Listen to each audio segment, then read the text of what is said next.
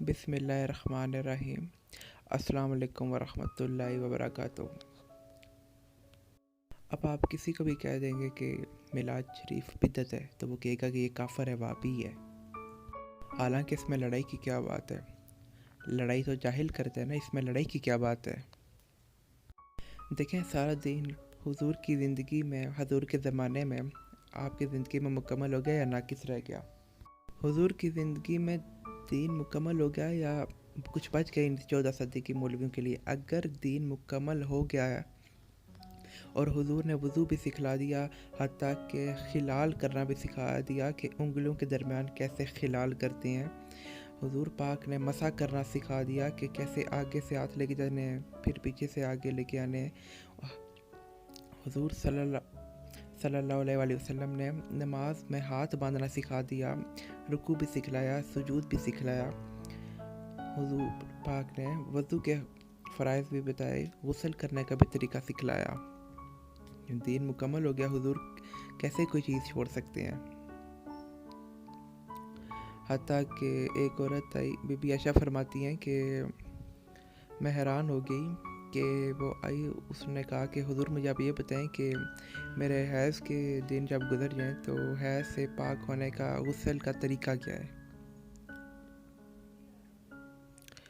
دیکھیں، رحمت للعالمین ہے کہ بھائی یہ بھی تو میری امت ہے، میری بیٹی ہے، آخر باپ سے مسئلہ نہیں پوچھے تو کسے پوچھے؟ حضور تو سارے امت کے باپ بھی تو ہیں، جن پہ کروڑوں باپ قربان۔ تو حضور نے فرمایا بیٹی جب تمہارے دن مکمل ہو جائیں، حاجت کے پورے ہو جائیں، تو ایک کپاس کا فایا، صاف قسم کی کپاس کا فایا لے کے اس کو اندر رکھ لو تاکہ تسلی ہو جائے دیکھنے کے بعد کہ اس پر خون کا کوئی اثر ہے یا نہیں ہے۔ وہ کہنے لگے اچھا یہ بتائیں کہ اندر کیسے رکھوں؟ آپ اندازہ لگا لیں۔ بی بی عائشہ فرماتی ہیں کہ میں نے پکڑ لیا، کھینچ لیا، میں نے کہا اللہ کی بندی تمہیں شرم نہیں آتی حضور سے ایسے سوال کرتے ہو؟ تو اس نے کہا پھر کس سے پوچھوں؟ انہوں نے کہا یہ عورتوں کے مسئلے ہیں، مجھ سے پوچھ لو، حضور کی کسی اور بیوی سے پوچھ لو۔ یعنی کہ جس پیغمبر نے تمہیں غسل جنابت کا اور غسل حیض کا مسئلہ بھی سمجھا دیا۔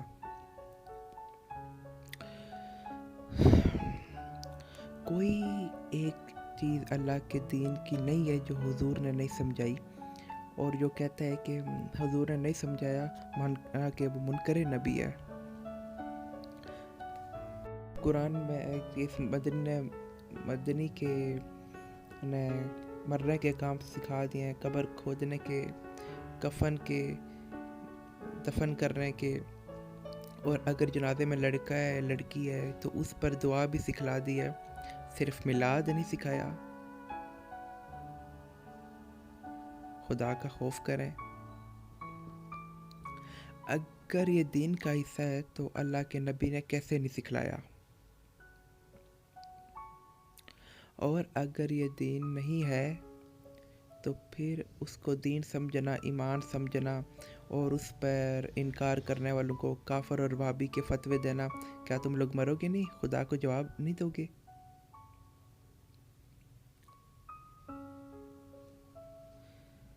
باقی یہ کوئی دلیل نہیں ہوتی کہ او جی ٹھیک ہے لیکن اگر ہم کرتے ہیں تو کام تو چاہیے، یہ اگر مگر سے دین نہیں ثابت ہوتا۔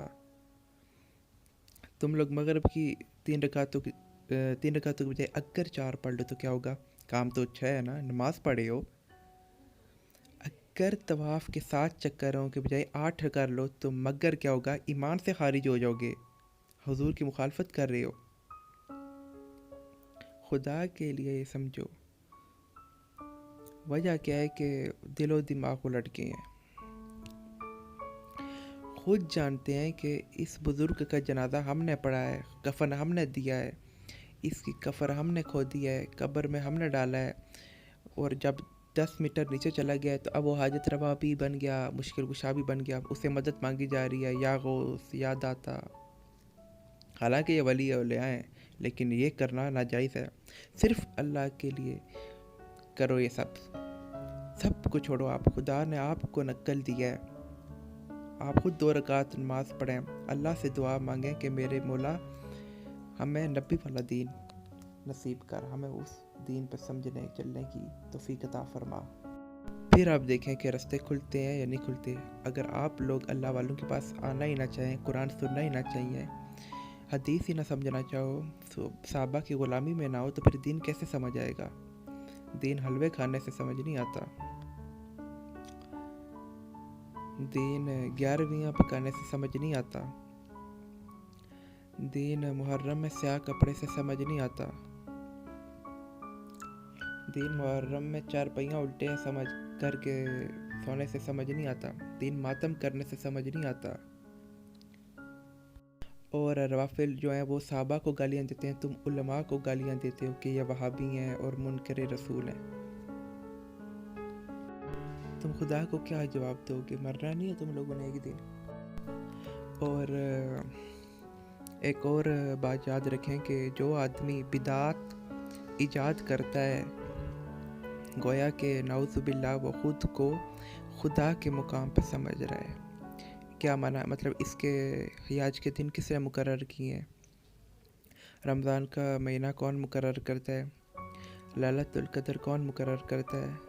عرفات کا دن کون مقرر کرتا ہے؟ قربانی کا دن کون مقرر کرتا ہے؟ صفا مروہ کا حکم کون دیتا ہے؟ تو یہ سب حکم اللہ دیتا ہے. اب جب وہ نئی چیز ایجاد کر رہا ہے, میلاد ایجاد کر رہا ہے, یا اذان سے پہلے صلاۃ و سلام ایجاد کر رہا ہے, اور دن مقرر کر رہا ہے کہ 10 دن محرم کے ماتم کرنا ہے, 12 کو ہم نے میلاد کرنا ہے, 11 کو ہم نے 11ویں کرنی ہے, تو یہ مقرر کرنے کا اختیار اللہ کو تھا, اس کو کس نے اختیار دیا ہے؟ اور ایک اور بات, یہ جو کہتے ہیں کہ نماز سے پہلے صلاۃ و سلام پڑھیں گے, پھر بیچ میں تھوڑا گیپ کرتے ہیں, تو نماز اللہ کا پیغام ہے, اللہ کے لیے ہم نماز پڑھتے ہیں. یہ اذان جو دیتے ہیں اس سے پہلے جو صلاۃ و سلام یہ پڑھتے ہیں, پھر کہتے ہیں گیپ لو گے تو اس کو ہم ایک اچھا کام کریں. تو یاد رکھیے کہ حضور نے کو اللہ تعالیٰ کی طرف سے وہی ہوتی تھی, اللہ تعالیٰ کی طرف سے حکم آتا تھا, پھر حضور اپنے بندوں کو بتاتے تھے. تو اللہ تعالیٰ کی طرف سے جب یہ حکم آ گیا ہے کہ حضور کو کہ اللہ اکبر سے اذان شروع کرو اور لا الہ الا اللہ پہ اذان مکمل کرو, تو حضور نے حضرت بلال کو فرمایا کہ اللہ اکبر سے اذان شروع کرو اور لا الہ الا اللہ پہ مکمل کرو. تو پھر یہ لوگ کون ہوتے ہیں پیچھے صلاۃ و سلام پڑھنے والے؟ تو اس کا معنی یہ کہ وہ اپنے آپ کو خدا کے مقام پہ رکھنا چاہتے ہیں, نعوذ باللہ. اچھا, دوسری بات یہ کہ جب وہ کوئی چیز ایجاد کرتے ہیں, نعوذ باللہ, وہ اللہ کے نبی ہمارے مدنی پاک کی سنت اور دین کا بھی انکار کرتے ہیں کہ شاید دین مکمل نہیں ہوا, تو یہ چیزیں رہ گئی تھی جو حضور نے ہمیں نہیں بتائی. دین مکمل ہو گیا کہ نہیں؟ ہو گیا نا. جب دین مکمل ہو گیا ہے تو پھر یہ چیزیں کدھر سے آئیں؟ حضور نے وضو کرنا سکھایا, حضور نے استنجا کرنا سکھایا ہے, حضور نے خلال کرنا سکھایا ہے, حضور نے اپنی بیٹیوں کو ایام حیض کے بعد پاک ہونے کا سکھایا ہے, نفاس سے پاک ہونے کا طریقہ سکھلایا ہے, حضور نے بچوں کو دودھ پلانے کا طریقہ سکھلایا ہے, حضور نے مسح کرنے کا طریقہ سکھایا ہے, حضور نے پانی نہ ہو تیمم کا طریقہ سکھایا ہے. ہر چیز اللہ کے نبی نے سکھائی, صرف میلاد نہیں سکھایا. اگر یہ دین تھا تو حضور نے کیوں نہیں سکھایا؟ مانا اس کا کہ حضور پہ الزام لگا رہے ہو. اور اگر یہ دین نہیں ہے تو پھر دین میں نئی بدعت کیسے ایجاد کر رہے ہو؟ اور کچھ کہتے ہیں کہ احمد رضا خان کے قرآن کا جو ترجمہ لکھا ہے اس میں لکھا ہے کہ میلاد کا حکم ہے. خدا را کہ کون سی آیت ہے جس میں میلاد کا حکم ہے؟ آپ لوگ باقی قرآن بھی اٹھا کے دیکھ لیں, ان کے ترجمے دیکھ لیں. وہ تو تھا ہی بریلوی, ساری زندگی میلاد کرتا رہا. اللہ مغفرت کرے, اس کے لیے بد دعا نہیں کرتے, لیکن آپ باقی قرآن پاک کے بھی ترجمے اٹھا کے دیکھ لیں, صرف اس کا تو نہ دیکھیں. بہرحال بریلوی کریں, یہ دیوبندی کریں, 12 ربیع الاول کو میلاد منانا وہ منع ہے, وہ بدعت ہے. اگر یہ دین ہوتا تو دین تو مکمل ہو چکا ہے. اللہ کے نبی نہ سمجھا جاتے کہ 12 ربیع الاول کو میرا میلاد کیا کرو. ہر چیز تو سمجھا دی ہے کہ بھائی سوموار کا روزہ رکھو, جمعرات کا روزہ رکھو, 13, 14, 15 3 راتیں ان کا روزہ رکھو,